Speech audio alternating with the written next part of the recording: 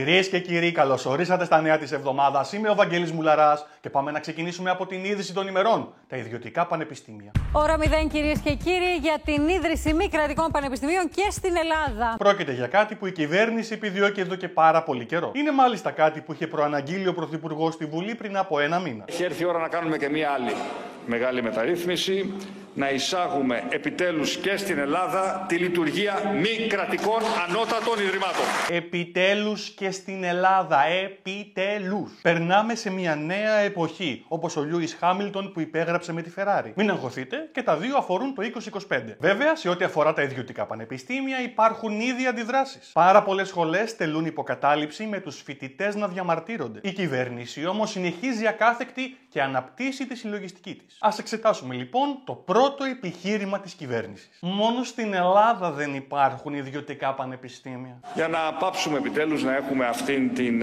θλιβερή μοναδικότητα, η οποία εξ όσων γνωρίζω δεν υπάρχει ούτε καν στην Βόρειο Κορέα, να είμαστε η μόνη χώρα η οποία κρατά ερμητικά κλειστό το μονοπόλιο της ανώτατης εκπαίδευσης μόνο στα κρατικά ιδρύματα. Ούτε ο Κιμ Γιονγκούν δεν απαγορεύει τα μη κρατικά ΑΕΗ, που για μένα δεν λέει πολλά ως αντίλογος. Όταν ένας άνθρωπος επιτρέπει στον εαυτό του να κυκλοφορεί με αυτό το κούρεμα, δεν εμπιστεύουμε πάρα πολύ το κριτήριό του στο τι επιτρέπεται και στο τι όχι. Βέβαια, η Ελλάδα όντως αποτελεί εξαίρεση στον κανόνα σε αυτό το ζήτημα. Και όλα τα στελέχη της κυβέρνησης το υπογραμμίζουν αυτό με τον ίδιο τρόπο. Τα μη κρατικά πανεπιστήμια έρχονται ουσιαστικά να αποκαταστήσουν μια ιστορική εκπαιδευτική ανορθογραφία. Αλλά λύνοντας και αυτή την ιστορική εκπαιδευτική ανορθογραφία. Καταλάβατε, επειδή μιλάμε για εκπαίδευση, είναι ανορθογραφία. Δηλαδή, αν μιλούσαμε για τον Κοκ, λογικά θα ήταν στραβοτιμονιά. Πάνω σε αυτό λοιπόν, τι πάει να πει είμαστε η μόνη χώρα στον κόσμο που το κάνει αυτό? Είμαστε επίσης η μόνη χώρα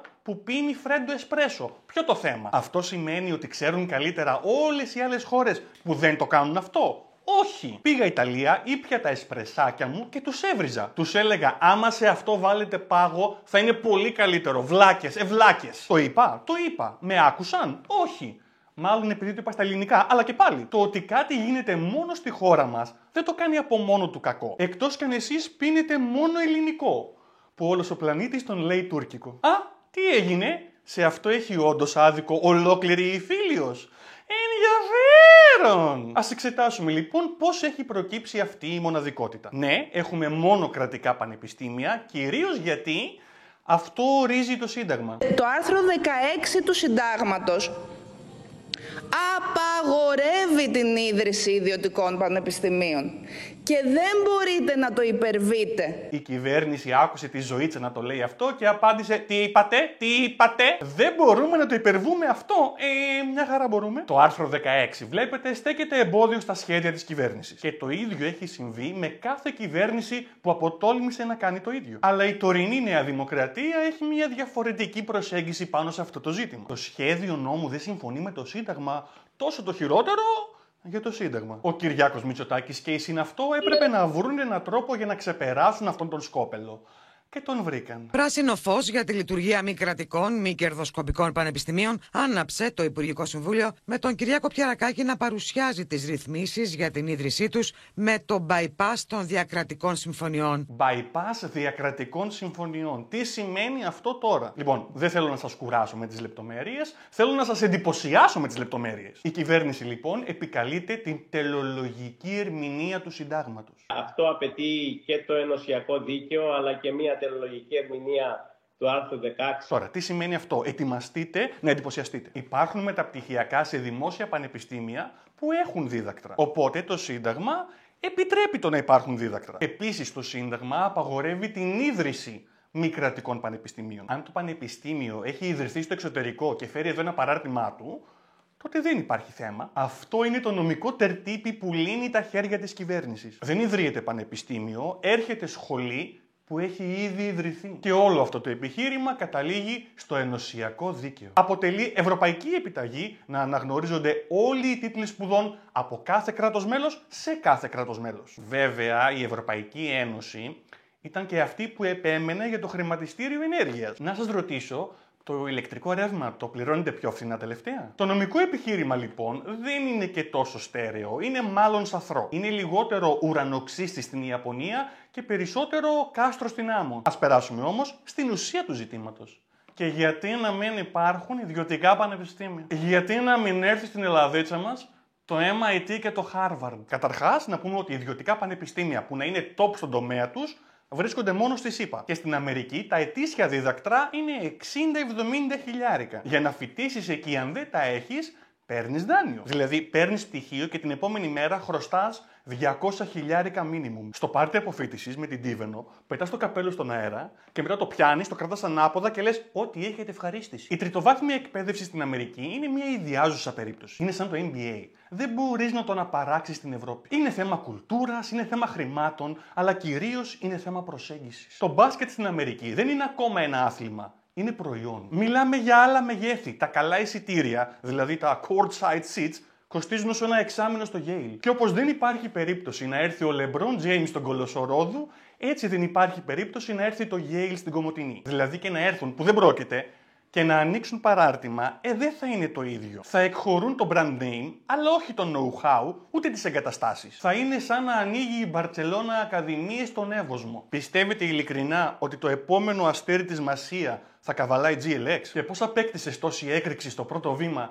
Το αστικό έκανε στάση δενδροπόταμο. Δεν πρόκειται λοιπόν να έρθει κανένα Harvard για να ανοίξει παράρτημα εδώ. Το πολύ να συνεργαστεί με κάποια σχολή δημοσίου πανεπιστημίου. Δηλαδή, Βαγγέλη, υπονοείς ότι τα πανεπιστήμια που θα ανοίξουν τμήμα στην Ελλάδα θα είναι τριτοτέταρτα? Όχι βέβαια, δεν το υπονοώ. Το λέω ευθέως. Μη σας πω και τεταρτοπέμπτα, σαν τον Άρη μας. Αλλά η κυβέρνησή μας έχει φροντίσει ώστε να περνάνε από εξονυχιστικό έλεγχο. Η αδειοδότηση των παραρτημάτων θα γίνει υπό την αυστηρή επίβλεψη της Εθνικής Αρχής Ανώτατης Εκπαίδευσης. Α, μάλιστα. Δηλαδή μέσω μιας νέας ανεξάρτητης αρχής. Που όλοι ξέρουμε πόσο τις σέβονται αυτές στην ουδού. Που όταν ο Ράμος δεν τους έκανε τα χατήρια για τις υποκλοπές, έγινε πέμπτη φάλαγγα του ΣΥΡΙΖΑ. Δεν πιστεύω τώρα να μην έχετε εμπιστοσύνη στην επίβλεψη του κράτους, ότι δεν μπορεί να επιβληθεί στην ιδιωτική πρωτοβουλία. Δεν έχετε δει τι γίνεται με τα καρτέλ στην ενέργεια, στις τράπεζες, στα καύσιμα, στα σούπερ μάρκετ. Η Ρίστο εμπαρόδο, το 1 λίτρο Coca-Cola Zero κοστίζει πλέον 1 ευρώ και 40 λεπτά. 6 μήνες πίσω έκανε 1 ευρώ και 1,5 ευρώ έκανε το 1,5 λίτρο. Πόσο αντίκτυπο λοιπόν έχει ο κρατικός έλεγχος στα ολιγοπόλια?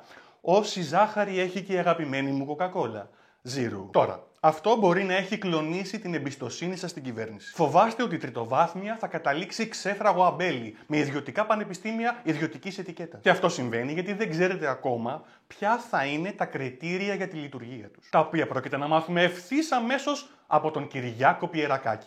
Ναι, η κυβέρνηση έχει βάλει μπροστά το χρυσό παιδί του gov.gr. Ο καλύτερος υπουργός της πρώτης θητείας έχει αναλάβει πλέον το χαρτοφυλάκιο της παιδείας. Πάμε να τον ακούσουμε, πάμε να δούμε αν θα κάμψει τις αντιστάσεις σας. Εμείς θα ορίσουμε κάποια κριτήρια στον νόμο. Τα κριτήρια αυτά να πω εξ αρχής ότι θα είναι τα αυστηρότερα που υπάρχουν στην Ευρωπαϊκή Ένωση. Εγώ καλώ και τα κόμματα της αντιπολίτευσης. Ποια χώρα τα έχει αυτά τα σκληρότερα, τα έχετε βρει? Είναι πιο σκληρά από όλες τις χώρες της Ευρωπαϊκής Ένωσης. Ένα ύψιστο παράδειγμα αριστείας. Λέει το Wonderkid τα πιο αυστηρά κριτήρια σε όλη την Ευρώπη. Και ο Γιωργάκης ο Αυτιάς του κάνει πάσα. Και ποια χώρα τώρα είναι η πιο αυστηρή? Ποια χώρα θα ξεπεράσουμε? Ποια χώρα θα φάει τη σκόνη μας? Ποια χώρα θα μας ζηλεύει για το πόσο αυστηρά είναι τα κριτήριά μας? Και ο Πιερακάκης απαντάει, θα είμαστε πιο αυστηροί στην Ευρώπη. Ναι, Αριστούχε μου, αλλά δεν απάντησε στην ερώτηση. Πες μας, ποια χώρα έχει τα πιο αυστηρά κριτήρια? Να την ψάξουμε, να τη μελετήσουμε. Μπουρδολογίες. Όποια και να είναι, την κατουράμε. Δεν τη βλέπουμε καν. Αχ.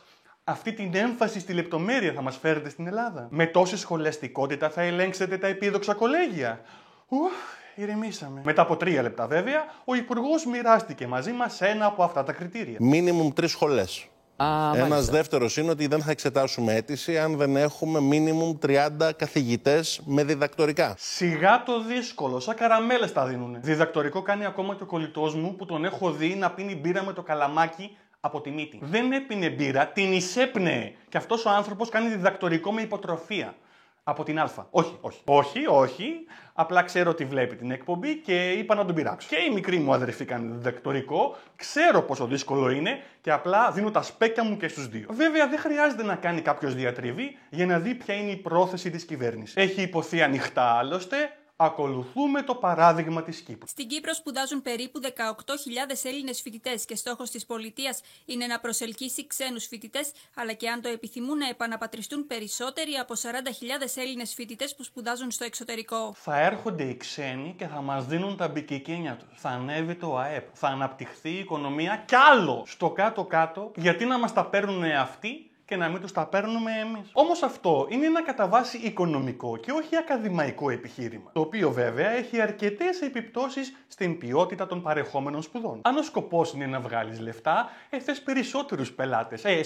Φοιτητές εννοούσα. Υπάρχει περίπτωση να πάει φοιτητής σε ιδιωτικό που μόλις έχει ιδρυθεί και να μην τον δεχθούνε. Ξέρετε πολλές επιχειρήσεις που θέλουν λιγότερους πελάτες. Σας έχουν ζητήσει ποτέ πριν μπείτε στα public να λύσετε εξίσωση? Υπολόγιζε ποιο είναι το χ, αλλιώς δεν μπαίνεις. Και εγώ, βλάκας, νόμιζα πως αυτή στην είσοδο είναι security. Τελικά, επιτηρητές είναι. Πήγα να αγοράσω το iPhone, αλλά με έπιασαν με σκονάκι. Επίσης, υπάρχει περίπτωση να δίνεις 10.000 για 4 χρόνια και στο τέλος να μην πάρεις πτυχίο. Είναι σαν να αγοράζω εγώ το Play το 5 με δόσεις και όταν το αποπληρώσω να μου το πάρουν πίσω. Να σου πούν, εμείς έχουμε αυστηρά κριτήρια και εσύ δεν έχεις τερματίσει ακόμα το God of War. Σου πήραμε τα λεφτά, αλλά από εδώ και στο εξής δεν θα έχεις κονσόλα. Game over. Πάμε τώρα στην επόμενη πίστα, τον επαναπατρισμό όσων σπουδάζουν έξω. Ποια είναι άραγε αυτά τα παιδιά? Ας τα γνωρίσουμε καλύτερα. Στην περίπτωση που αυτή η δυνατότητα υπήρχε όταν εγώ έφευγα, πιθανώς και θα την επέλεγα. Προφανώς θα την επέλεγα. Γιατί θα έμενα κοντά στους δικούς μου, κοντά στην οικογένειά μου, θα σπούδαζα στη μητρική μου γλώσσα. Παίκτη μου, πες μας λίγο. Τι σπουδάζεις και πού? Ο Βασίλης Θεοχαρίδης σπουδάζει ιατρική στην Ιατρική Σχολή της Σόφιας. Στις πανελλαδικές εξετάσεις συγκέντρωσε 18.000 μόρια, όμως δεν κατάφερε να εισαχθεί στη σχολή που ονειρευόταν. Αχ, ο Γλυκούλης ήθελε με 18.000 μόρια να περάσει ιατρική. Τι κρίμα. Και εμείς λοιπόν θέλουμε αυτό το παιδί να γυρίσει πίσω στην Ελλάδα. Βασικά θέλουμε τα δίδακτρα που πληρώνει να γυρίσουν πίσω στην Ελλάδα. Γιατί μπορεί να μην έχει 20.000 μόρια, αλλά έχει 20.000 ευρώ. Δεν αρκεί αυτό για να κάνει πραγματικότητα το όνειρό του να γίνει γιατρός. Να πηγαίνεις για εξετάσεις και να ψάχνεις το πτυχίο στον τοίχο. Να σου λέει δείξε και να του λες δείξε. Πτυχίο ή banking. Ένα από τα δύο. Ποια είναι λοιπόν τα παιδιά που φεύγουν έξω? Αυτά που έτσι κι αλλιώς τα έφευγαν για να σπουδάσουν στο εξωτερικό. Αυτά που έχουν και την οικονομική δυνατότητα και την ακαδημαϊκή ικανότητα να σπουδάσουν όντως στο Harvard. Και αυτά που δεν κατάφεραν μέσω των πανελληνίων να περάσουν στη σχολή που ήθελαν. Που είναι κυρίως ιατρική, κτηνιατρική, οδοντιατρική, φαρμακευτική. Η δουλειά που κάνει δηλαδή ο μπαμπάς ή και η μαμά. Αλλά το βλαστάρι δυσκολεύεται. Και τι να κάνουν? Αντί για πανελελέ, Βαλκάνια και πλερό. Τα παιδιά που είναι έξω λοιπόν είναι αυτά που θέλουν να παρακάμψουν τις πανελλήνιες. Ακριβώς όπως η κυβέρνηση θέλει να παρακάμψει το άρθρο 16. Πάμε λοιπόν να δούμε τώρα τι λέει η αντιπολίτευση για όλα αυτά. Σκληρή ήταν η απάντηση του ΣΥΡΙΖΑ στις εξαγγελίες Μητσοτάκη, ενώ το ΠΑΣΟΚ λέει καταρχάς ναι, αλλά όχι ανεφόρον. Μισό λεπτό, πριν να αναλύσουμε περαιτέρω, να πούμε πρώτα ότι συνέβη. Είναι η πρώτη φορά που κάποιος λέει καταρχάς και το σωστό είναι καταρχήν. Να υποθέσω ότι η δημοσιογράφος έχει τελειώσει ιδιωτικό ή κακιούλες, συνεχίζουμε. Ο ΣΥΡΙΖΑ είναι ξεκάθαρα κατά, ενώ το ΠΑΣΟΚ είναι θετικό, αλλά με προϋποθέσεις. Ανάθεμά σας εκεί στην Τρικούπη, το έχετε παρακάνει με το σοσιαλισμό. Πάμε λοιπόν να μάθουμε μία από αυτές τις προϋποθέσεις. Δηλαδή δεν μπορεί να έρθει ένας νόμος που δεν θα βάλει και περιφερειακούς κανόνες, γεωγραφικούς κανόνες στην λειτουργία αυτών των πανεπιστημίων. Δεν μπορεί να είναι όλα στην Αθήνα. Τι λες βρε λάχανο με γραβάτα, τι λες βρε μαρούλι με μουσια. Ιδιωτικό πανεπιστήμιο στην επαρχία δεν πρόκειται να ανοίξει. Αθήνα, Θεσσαλονίκη, Πάτρα και Κρήτη ή Γιάννενα, ανάλογα με το αν θα πέσει ο Όφη ή ο Παζιάννενα. Είτε Super League είτε μη κρατική σχολή. Ένα από τα δύο. Και τα δύο δεν γίνεται. Πρώτον, κανένας επιχειρηματίας δεν θα ανοίξει ιδιωτικό πανεπιστήμιο σε μικρή πόλη. Είναι ασύμφορο. Δεν θα πάρεις ΕΣΠΑ αν το business plan σου είναι αρχιτεκτονική Λαμίας. Δεν πρόκειται να πατήσει κανείς. Όπως γίνεται δηλαδή και στους αγώνες της Λαμίας. Το αφιέρωμα στη Super League έχει γίνει η εκπομπή, μόνο ο Καρλίτος λείπει. Και οι φοιτητές από κάθε τμήμα που δεν θα ανοίξει σε μεγάλο αστικό κέντρο. Δείτε όμως και την πλευρά των φοιτητών σχετικά με την ιδεάρα του Νικολάκη. Να πληρώσεις 10.000 για να βγάλεις ιδιωτική νομική, μένοντας με τους γονείς σου. Δεν θα μπορείς να φέρεις το αμόρε σπίτι και θα φασώνεστε μόνο σε τουαλέτες. Αλλά δεν θα πληρώνεις ενίκιο, λογαριασμούς και η μανούλα σου θα σου ετοιμάζει το αγαπημένο σου φαγητό. Μουσακά με μυστικό συστατικό την αγάπη. Θα αλλάξεις πόλη για να πας σε ιδιωτικό πανεπιστήμιο, δηλαδή να έχεις και τα δίδακτρα και τα έξοδα διαβίωσης. Όχι. Αυτό που προτείνει λοιπόν ο Νικολάκης δεν πρόκειται να γίνει ποτέ. Δηλαδή, αν λες ναι στα μη κρατικά πανεπιστήμια με αυτό ως προϋπόθεση, Δεν έχω τι να σου πω. Βασικά έχω, είναι η αγαπημένη συμβουλή του πατέρα μου.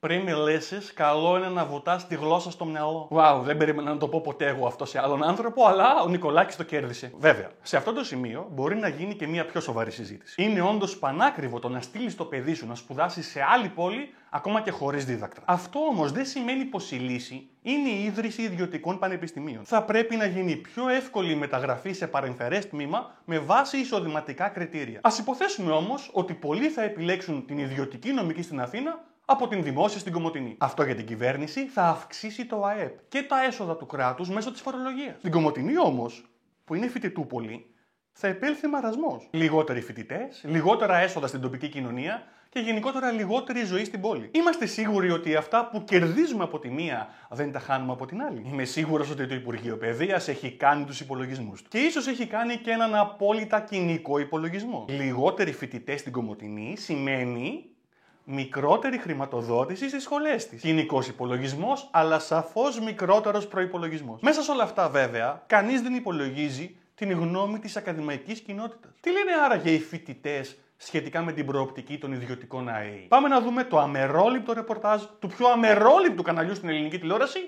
του Sky. Δεν έχω ζήσει δημόσια εκπαίδευση καθόλου, ούτε μικρός. Αλλά από ό,τι έχω ακούσει, γενικά πιστεύω πως ναι, είναι καλύτερη ιδέα σε ιδιωτική σχολή. Ρε minions του Πορτοσάλτε, δεν τρέπεστε καθόλου? Θέλετε να μάθετε τι πιστεύει η νεολαία και ρωτάτε άτομο που έχει πάει μόνο ιδιωτικό? Είναι σαν να ρωτάς κάποιον με iPhone για το καινούριο κινητό της Huawei. Με τον ίδιο τρόπο θα σου απαντήσουν και οι δύο. Θα κλείσουν τη μύτη γιατί βρωμάς και θα σου πούν φτωχίλα. Βέβαια και άτομα που έχουν εμπειρία από το δημόσιο πανεπιστήμιο εμφανίζονται θετικά απέναντι στο νομοσχέδιο. Θεωρώ ότι είναι μια πράξη προόδου, εξυγχρονισμού. Θα έλεγα ιστορική. Αυτός είναι ο πρώην πρίτανης του Άπουθου, ο κύριος Παπαϊωάννου, ο οποίος στη διάρκεια της θητείας του είχε έρθει σε επαφή με περισσότερους άνδρες των ΜΑΤ παρά με φοιτητές. Ο οποίος προφανώς είχε στηρίξει και την πανεπιστημιακή αστυνομία. Αυτός ο κύριος λοιπόν, όλος τυχαίος, είναι υπέρ των ιδιωτικών ιδρυμάτων. Είναι μια κίνηση η οποία μας προτρέπει να συνταχθούμε με την πρόοδο και την αξιοκρατία. Αξιοκρατία λοιπόν είναι το να μην δώσεις πανελελέ. Αξιοκρατία είναι το να υποβάλεις φορολογική δήλωση και ε9 για να μπεις στη σχολή σου. 13 στα μαθηματικά, αλλά και 13 κίνητα. Άξιος. Μη σου πω, πάει και για υποτροφία. Και αυτός είναι πρώην πρίτανης σε δημόσιο ίδρυμα. Είναι σαν να έχεις βάλει πρόεδρο στην ΠΑΕ Παναθηναϊκός τον Τάκη Τσουκαλά. Νομίζω πως ο Φωτάρας δεν χωράει στην ενδεκάδα. Θα τον αφήσουμε ελεύθερο. Βασικά όχι, θα τον πουλήσουμε στον Ολυμπιακό για 1 ευρώ. Το παράκανα, μισό ευρώ. Από ό,τι φαίνεται όμως, φοιτητές και ακαδημαϊκοί συμφωνούν. Τα ιδιωτικά πανεπιστήμια είναι απολύτως ευπρόσδεκτα, αν όχι απαραίτητα. Σύμφωνα με το ρεπορτάζ που έχει κάνει ο Sky τουλάχιστον. Τι εννοώ? Το βίντεο που μόλις είδατε έχει συνολική διάρκεια 7 λεπτά και 22 δευτερόλεπτα. Μόλις στο 7 και 11 ακούγεται και η αντίθετη άποψη. Διαφωνώ. Θα προτιμούσα να βελτιωθεί δημόσια, δηλαδή αυτό. Για να έχουν όλη δυνατότητα. Να σπουδάσουν χωρίς να πληρώσουν δίδακτρα. Ευχαριστώ! Υπάρχει και αυτή η άποψη. Και ευτυχώς τη συμμερίζονται πολλοί εκεί έξω. Απλώς ο Sky μας δυσκολεύτηκε να τους εντοπίσει. Κατάρα! Δόξα τω Θεώ όμως υπάρχουν και άλλα κανάλια ακόμα και αυτά κατάφεραν να βρουν φοιτητές σε δημόσια πανεπιστήμια για να τους ρωτήσουν. Τα πανεπιστήμια πρέπει να είναι κάτι που μπορεί να έχουν πρόσβαση όλα τα παιδιά και με ίσες ευκαιρίες, ασχέτως αν είναι οικονομικά ευκατάστατοι ή όχι. Μισό λεπτό, είδα καλά. Αυτό ήταν το ΠΑΜΑΚ, Πανεπιστήμιο Μακεδονίας. Εκεί που φοίτησε 4,5 χρόνια ο κύριος Βαγγέλης. Σε αυτή τη δαπιτοφολιά έχει βγει να τα πει όλα αυτά το παλικάρι. Μπράβο του. Θα χάσει τον Μπάνσκο, αλλά μπράβο του. Για πάμε να ακούσουμε και άλλα μέλη της φοιτητικής κοινότητας. Να δώσουν περισσότερα κονδύλια, να υπάρξει περισσότερη συζήτηση για τα κρατικά. Γιατί στα κρατικά πανεπιστήμια πολλά υπολειτουργούν. Wow!